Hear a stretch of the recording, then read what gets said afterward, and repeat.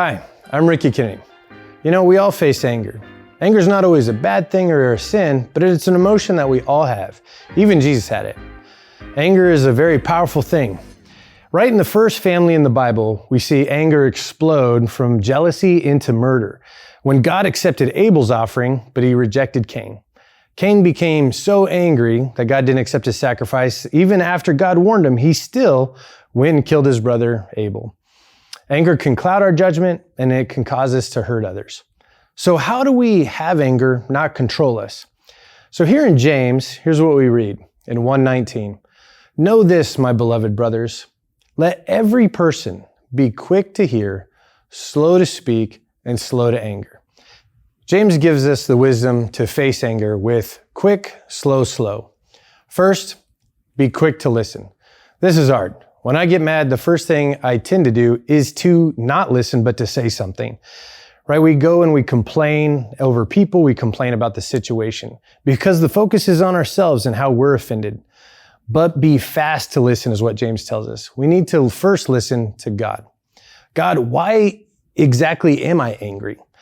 I know that I just want to blame others. Well, they just did this, they did that. But be quick to listen to God and ask, God, why did that bother me so much? Why did I get angry?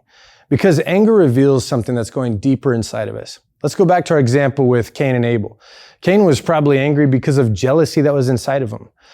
And so anger is usually tied to something that's deeper in us, maybe like an idol, something that we give something too much importance to. We really want comfort. We really want things to be easy. And so maybe if our kids are acting up, we get really angry at them because, we just want things to be easy. Or I might get angry at my kids because they're acting up. And it's not just so much because of their behavior, but it's because I'm angry at what somebody else might be thinking of me. You might get angry because you want the approval of others. Maybe it's an insecurity in yourself, or feeling like you're not enough, or maybe you even feel guilty about something and that's causing this anger to come out. Another thing that might be going deeper inside of you is you really want security. And so if financial pressure comes against you, feeling that security, man, anger comes out. It could be stress or anxiety or fear, but it's so important to be quick to listen to God and see, why am I actually angry? Because anger is not just an external thing. It's an issue of what is going on inside, and it's an internal thing. And so speak to God, listen to Him. And this helps you merely not just suppress anger and push it down and just maybe explode later, but it helps you to address it as you're listening to God. Also, listen to others. If my kids are doing something that bothers me, I can ask them, hey, what's going on? Well, why are you doing that?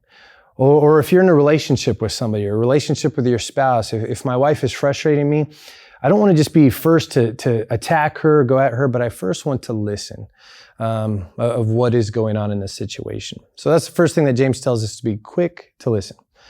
Next is to be slow to speak. Usually we want to be quick to speak. We want the anger that's inside of us to come out in our words. We want to say harsh things. We want to go on social media and post about what we're thinking, let our frustration go out, vent. Even if the reasons that you're angry are right, being angry, right anger doesn't justify wrong actions. It doesn't justify wrong words. Being slow to speak can also look like being slow to have the inner conversation within yourself about all the reasons why this situation or that person stinks, right? We have this conversation where we just keep talking to ourselves, keep piling up the offense that's against you and building up this argument and just letting it feed your anger. And so be slow to speak, wait to speak, even to yourself. Count to 10. And as we are quick to listen, slow to speak, that helps us be slow to anger, which is the third thing that James tells us.